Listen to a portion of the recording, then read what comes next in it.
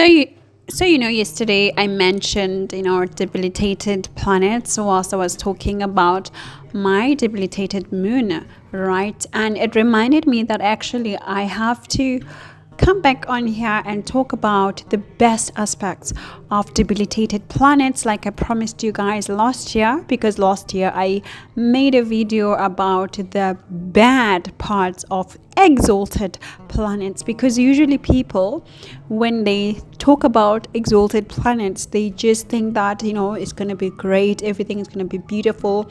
The people that have exalted planets are like the angels of the earth, which is not the case, like I showed you guys. So now I'm coming back to defend the debilitated planets, and also to show that they actually also have best qualities about them. And then the next two videos will be to show the popular known theories as well about the worst parts of debilitated planets and the best parts of exalted planets, right? So let's just get into this. It's going to be detailed, this video, so get ready, get a snack, and let's get into the detail. So first of all, let's define what debilitation means in terms of planets and astrology, right?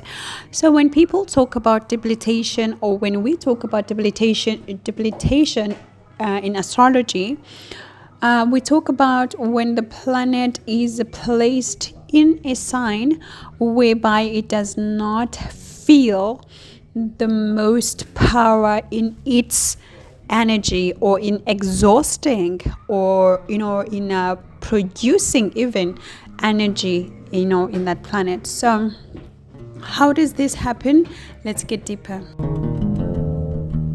So basically, debilitation happens to the planets whereby they arrive at a sign where they need to do work that is foreign to them, to their nature, work that is controversial to their behavior, work that is not promoting what they stand for. So this is what the debilitation is all about, right?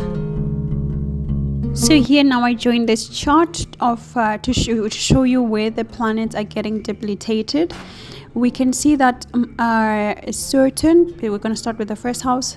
Saturn gets debilitated in Aries, because Saturn is all used to serving people and working with people. But in Aries, Saturn is forced to be an individual person, whereby they have to push their own agenda, which is excluding the rest of the people that it's used to. Because Saturn is used to organizing for people, organizing protests for people, working for people. But here it's all about itself and its uncomfortable position, and it has to lead. And Saturn is a shy planet, with its insecurities.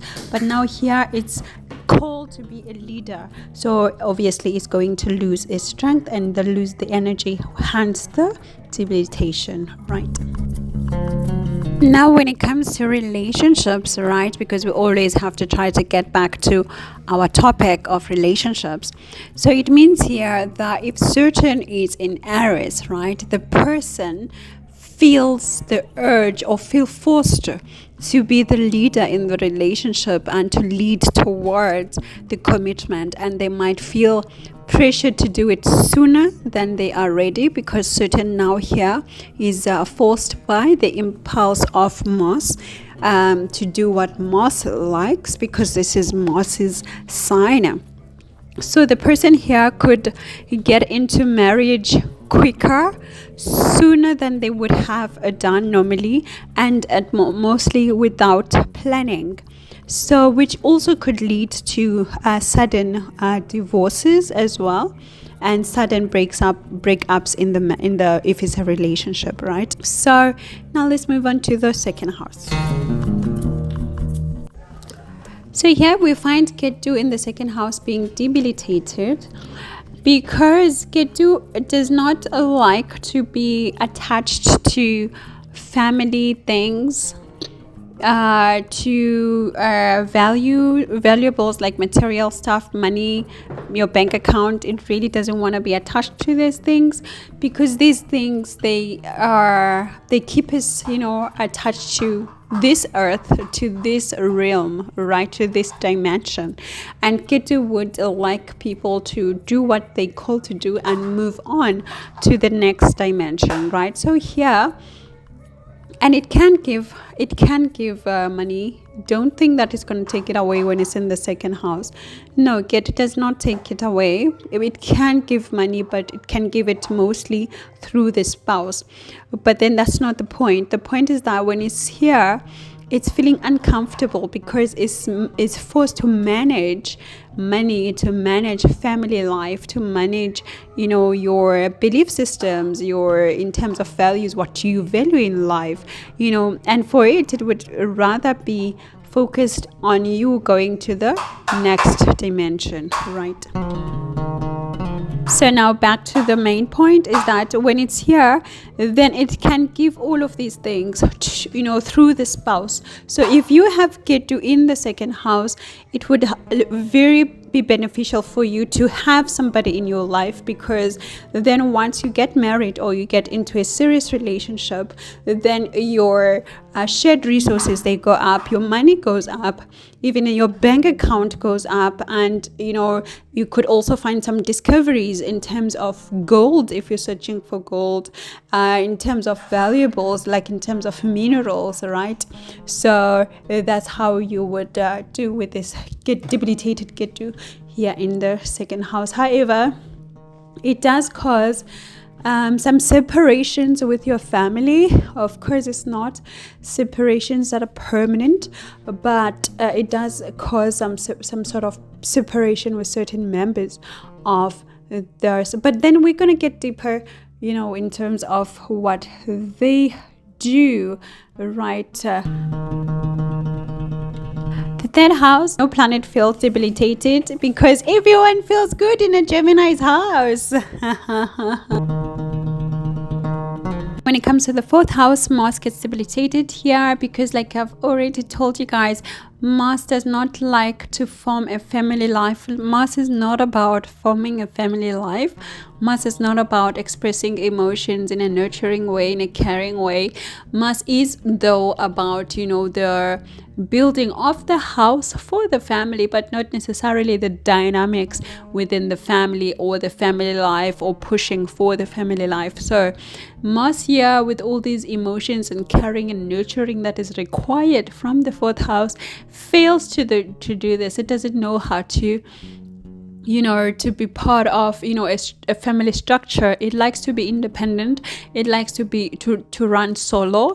It likes to be able to wake up in the morning and go, like, if a guy, like a single guy who's just dating everyone, wake up in the morning and move to this region if they want, without having to answer to kids, to wife, to mom, to anyone, right? So this is a bachelor. Mars is a bachelor, has a tendency of a bachelor. And in the fourth house here, this is a structure of a family unit where there's not only one person but a lot of people, mom, dad, kids, right? And so Mars really finds it difficult. So now moving on to the fifth house. Here, nobody gets debilitated in the fifth house. Everyone is welcome in the king's house. So now when we go to the sixth house, here Venus gets debilitated in the sixth house. Funny enough, this is her friend's house, Mercury, but it gets debilitated. So of course, which comes to show that debilitation really is not a bad thing, as people say, because here this is a friend's house, right? But Venus here is called to actually focus on practical life that it would rather not do. Venus would rather have fun, socialize with people higher class, not really be of service like a nurse, and stuff. And remember, Venus can be nurturing, right? But in its nurturing, it would rather focus on the materialistic side of life, not the actual servitude of, being like like a cleaner, a server, a waitress. Venus does not like these type of classed positions, right? And in the 6th house is forced to focus on this. So in terms of a relationship, now Venus is the one who's forced to wait on other people to keep these relationships going, whereas Venus would rather be the one who is being spoiled, who's being bought gifts, who's being shown service, and not the other way around, right? So then Venus here becomes too lazy to do these practical things, which are requiring a lot of practical involvement in the relationship, right? Then when it comes to the 7th house, we have Sun here being debilitated, because now Sun is used to the fame, because remember the 5th house is of Leo, the sign of Leo rather, is all about the fame, the cinema, being on the stage, everybody knowing you, everybody praising what you do, your achievements, you're just on the stage of life, right? But now in the 7th house, this is where everybody is. There is no one who's praising anyone here. Everyone wants to work together. Everyone wants to form a business together, a contract together, work in communion, in partnership here. And now Sun is like, oh my gosh, I'm so big, and now I have to work with these people, and form contracts with them. This is new to me, where I have to put my crown down on the floor and mingle with the rest of the people to form partnerships and contracts and negotiate. Like, oh my gosh, this is too much for me, right?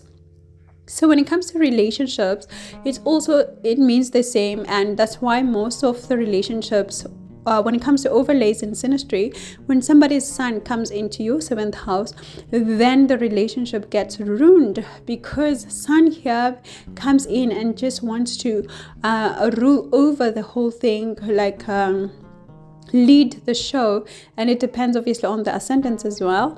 It wants to lead the show, take over, or the host of the Sun, that means the house owner, is the one who becomes so dependent to the point that they are egoistic, they show egoistic tendencies.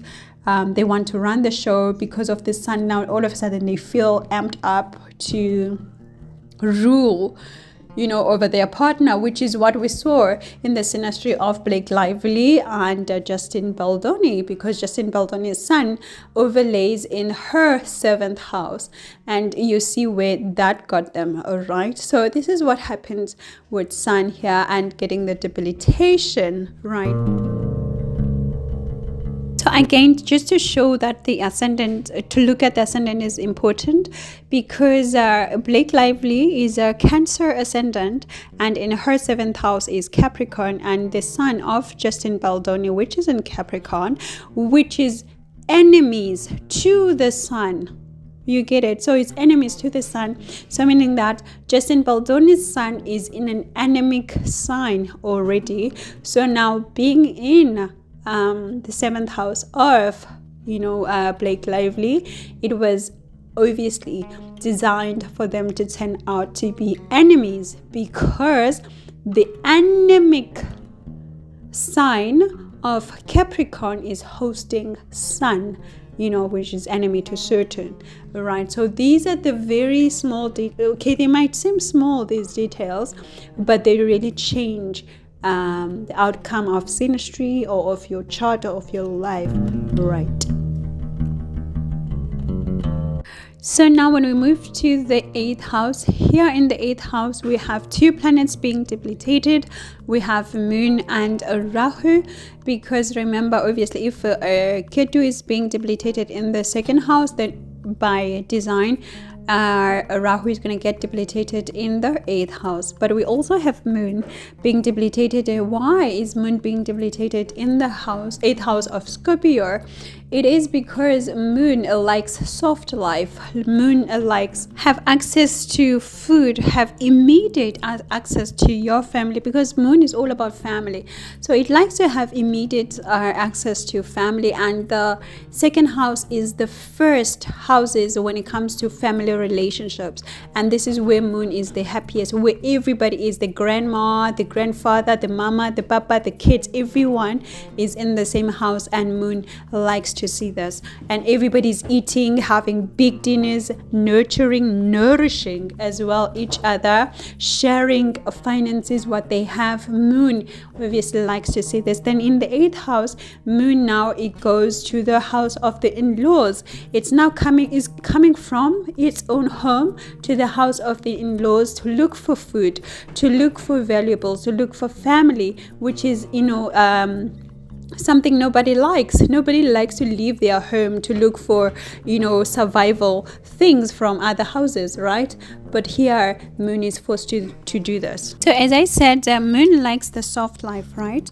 So now when it's leaving its comfort zone of the family life into the 8th house, it's also leaving security, because the 8th house is about insecurities, about sudden things, and it's also about trauma. And within the family structure of the 2nd house, there's lots of comfort, but in the 8th house it introduces these traumas, these sudden things which are obviously uncomfortable to the moon. And when it comes to Rahu, same thing. Rahu likes the extravagant life, likes the YOLO, the good life, luxuries, money, have access to everything that you want. And in the 8th house, it's forced to depend onto the spouse, so again, another thing that it doesn't want to do, because it would rather have its own access, right? But now here it has to scam to get the stuff, right? So Rahu feels like it doesn't have enough in the 8th house because of the codependence that now it has to rely on. It doesn't have easy access. It has to ask somebody else to have access to these things that it likes. And so it's not a comfortable life. It's not a life that gives security, to both Rahu and Moon here. It's the same thing with the relationship. Where there's Moon and Rahu, or Rahu in the 8th house, you find that in Synastry particularly, that there's a lot of stress that is being brought to the person's planet, like the person who's making the overlay, because this is a new ground to them. This 8th house is a scary house to them.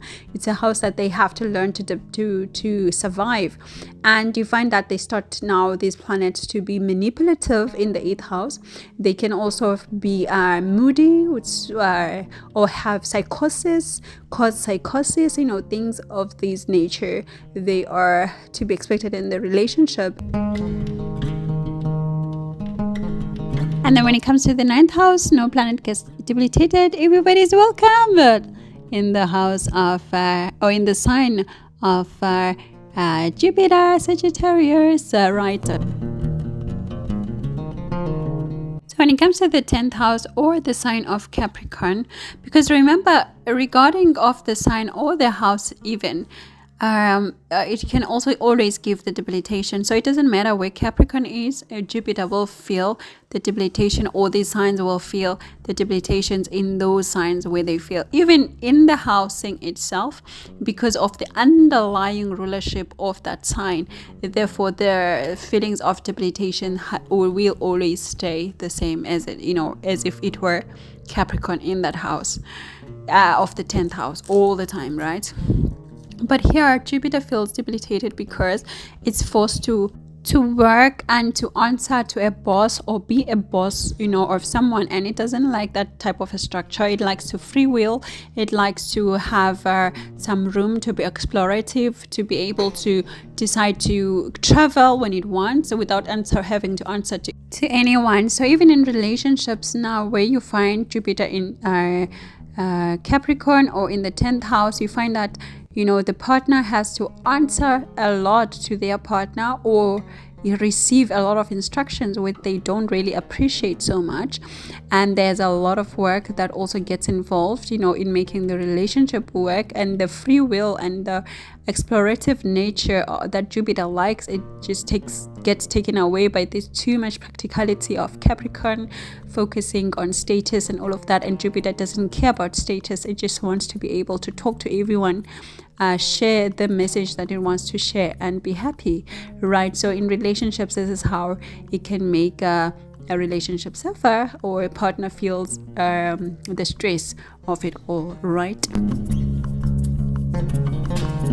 And then in Aquarius, no planet feels debilitated. Everyone is welcome in the house of Aquarius. And then in the house of Pisces, 12th house, Mercury here feels debilitated because Mercury is forced to think about things that it's not used to. It's used to thinking about stuff that is practical, that it can see with the visual eye, that it can touch, calculate, be of service to other people. But here with the sign of Pisces or the 12th sign, it is taken away from its servitude, you know, from being a server or a waiter or serving the partner in the relationship, to being now put on a pedestal or in a world that is unfamiliar to it, where it has to dream and vision, you know, and make art, and it's not used to these things. So in a relationship, in the overlay, this can be a stress to, you know, a partner who has to put their Mercury in somebody's 12th house, because now they would be introduced to a world also even of undoing of health. And Mercury in the 6th house feels comfortable, you know, looking after his own health, their diet, what they eat, their schedule, their routine. But in the 12th house, all of that gets lost, and, you know, a partner who places their Mercury can experience lots of loss in terms of, you know, their health and even their habits, really, and they start to, you know, consuming things that, you know, deter their health so gravely, like in a bad way, right? So this is why these planets get debilitated. So now we're going to focus on, you know,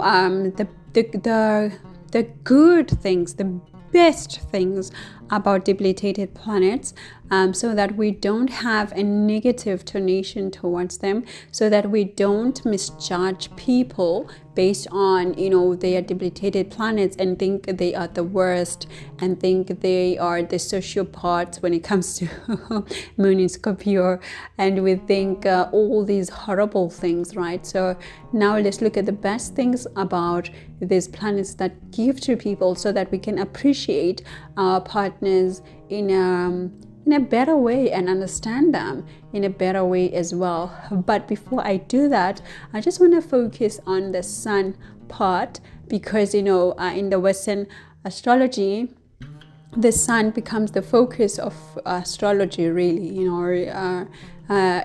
All the other planets seem to matter less, but the sun sign becomes like the thing, right? So I just want to focus on that, so that I can just, you know, kind of motivate people in not really like looking down upon people with debilitated suns as well.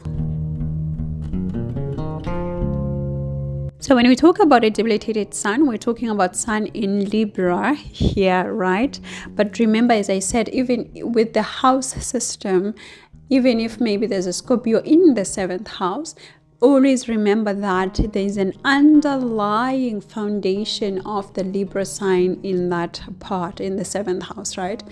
So sun gets debilitated in Libra, and as I already explained what it does and all of that, but what I want you to think about and ask yourself is this: when your light is being challenged, does it make you not have light?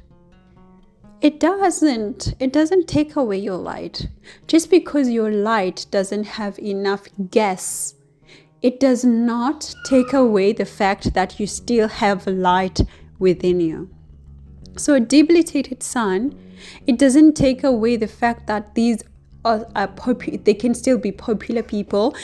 They can still be people who are worshipped in our society. They can still be people who are massively rich. They can still be people who are ruling our society, right? As a matter of fact, look at these celebrities who have debilitated suns in Libra, and of course all of these people from the Western astrology, they would have a Scorpio sun, but because I'm using sidereal, they have a Libra sign, a sun sign, right? But as you can see in our society, these are the names that we know of people who are popular, very well achieved in the society, right?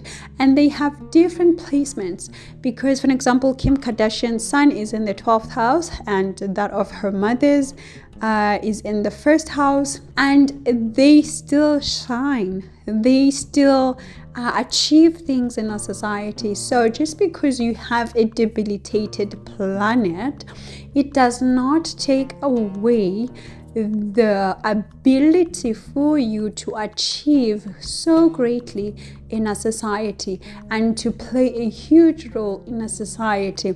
It does not take away that. So do not be scared about debilitation and all of that just because, it's been given a bad name. It's been made unpopular and infamous by some people, So don't be scared. You can still achieve many things. You can still be great as well, obviously, in your relationships as well, all right? Now let's get into the good and the best part of each planet and see how great it can be as a planet and what it can do for you in your relationship when it's coming from your partner, right? So when it comes to the sun, right, in Libra, in a relationship, these people, they are a team player. Like, they care about the partner's needs, they listen, they're very cooperative, and they use a lot of communication, even if it may be difficult at times, but they use a lot of communication to try to know what's happening with the partner, how can they help, and all of those things, right? They're very humble because sun here becomes humbled naturally. They have the crown on the floor. So their pride, they don't mind to let it go. They don't mind to swallow their pride to make the relationship be a successful thing, right? They don't try to overpower the partner or take the lead or be prideful. So that means, with the communication skills, they can also be a very good listener to the partner's needs and, everything. Even in their families and stuff like that, they can be good mediators. If there's a fight, they can use diplomacy to solve, those situations, right? So they really prioritize balance and harmony in the relationship, and where there is an instability in regarding these themes, they feel unsettled even more. So when it comes to a debilitated sun, it is 100% a team player and a good partner, right? Also, my book, Dragon Astro Yoga, is art, and it is going to help you in your journey, in your healing, as well as in discovering who you are and getting closure, because it is a participative book. It is not a book that you read and you put it away. No, you have to participate and do activities regarding your chart and that of your partner, and get to know not only yourself but your partner as well. So get it on Amazon now, right? So then when it comes to the moon, a debilitated moon, this is somebody who's going to be vulnerable with you. Like, they're not afraid to tell you their deepest secrets when they feel like, you have a relationship with them. And they are also able to just open up, to trusting you and for you to trust them. So basically, this moon makes a partner who's intensely involved in the relationship. They are emotionally involved as well, like you feel their presence emotionally, and you don't doubt that they hear or not. They become very protective as well, protective of the spouse, protective of the children, of everyone around them that they love. They also loyal, of course, highly loyal. Like this is your ride or die person. They will be, somebody. There will be somebody who that is there for you, right? So what they usually tend to do is to look for serious relationships, whereby they feel like you guys are bonding in a intense way, in a serious way. So when you look for serious commitment with a debilitated Scorpio person, you can get this, right? And they can also be empathic because they understand the themes of the trauma of the 8th house. So they usually understand other people who are going through these things, and they're able to be empathic with them, right? And as a result, they embrace any changes that happen in the relationship or that happen in the partner. They easily understand transformation, and they do encourage those type of things as well. So that's it with the debilitated moon in Scorpio. Now when it comes to a debilitated Mars in the 4th house or in the house of Cancer, in this Cancer sign, these people, they tend to be overprotective, like they will die fighting for you, protecting you, defending you. They want to defend the people that they love. Like you cannot hurt anyone that they love, because then you have to go through them, right? And as a result, they can also be extremely loyal towards the defense and the protection of the people that they love. They also become very good in gathering resources for the family. So they become driven towards making sure that the family or the partner has resources that they need to survive, so they become that gatherer of these resources with a driven objective of making sure that there's these things for the people that they love, right? When it comes to the debilitated Mercury in Pisces sign or the 12th house, this person becomes extremely sensitive to the feelings and the emotions of their partner. They sense their atmosphere, making it easy for the partner to just be vulnerable. They also are analytical, but in a sensitive way, in a sympathetic way, and they're highly creative. They can come up with creative ideas to solve problems within the relationship or within the family structure, to provide solutions for the existing problems. So they become the problem solver, but who comes with creative ideas and abstract ideas as well. So they can be visionaries, right, in terms of how the relationship should go, what's needed to support the relationship. So they come up with these great ideas, that are based on the bigger vision of what's good for the relationship. So the communication here can be sensible as well, can be pushed with a lot of sympathy, a lot of giving, a lot of understanding, trying to understand the other person in a sensible manner, right? Debilitated Jupiter now in our Capricorn or the 10th house becomes a coach to the partner. So they land this coaching advice towards the practicality of the life. They provide a stable counsel and support in terms of going towards achieving dreams in a realistic manner. And they promote patience whilst they are teaching, or whilst they are advising. And they come up with ideas that are based on wisdom, on how to have structure, how to have discipline, and how to build long lasting connections within the relationship. So their wisdom and experiences, they come in and help shape the relationship into a practical result or a practical outcome that is helping obviously the relationship build a certain status within the community and be respected as well. So they also bring that element of respect towards the relationship or their partner. So very nice.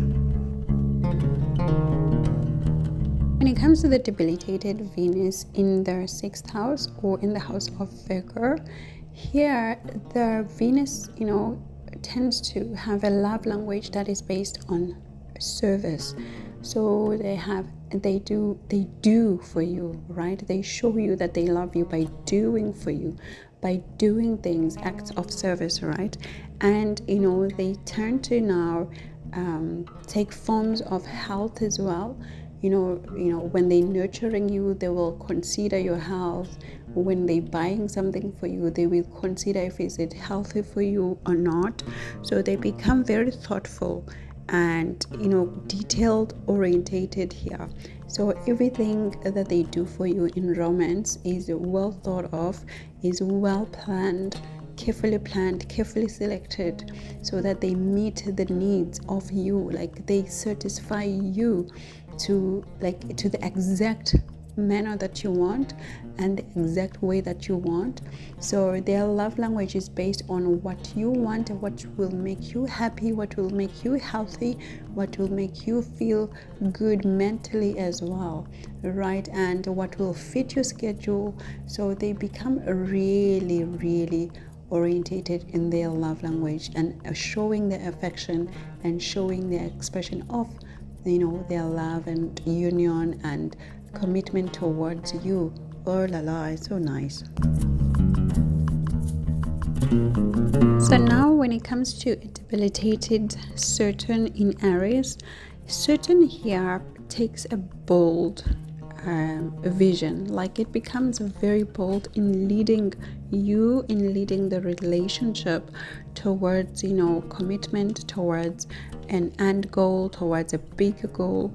It becomes the person or with the Saturn would be encouraging their partner to be independent, to think independently, to do things independently. So they would push for action, for courage, towards achieving status, towards achieving practical things in life, towards achieving resources, towards just being respected in the society, right? So they become the leader, the self-starter, in pursuing things without fear, and with a lot of passion. So basically most of the things here are done with courage, right? And less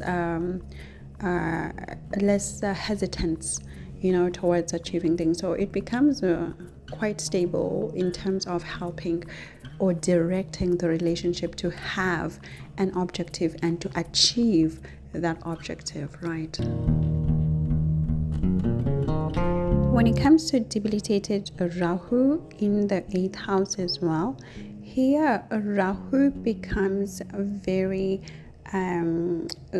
goal orientated into having resources together, into building resources together in the relationship. So the Rahu will encourage the partner towards let's make a bank, let's have money, let's build projects that will bring us money, so it pushes that goal, and it wants to also relate to the in-laws, form relationships to the in-laws. So the person will be asking a lot, about your mom. When can I meet your mom? When can we go to your home to meet these people in your life?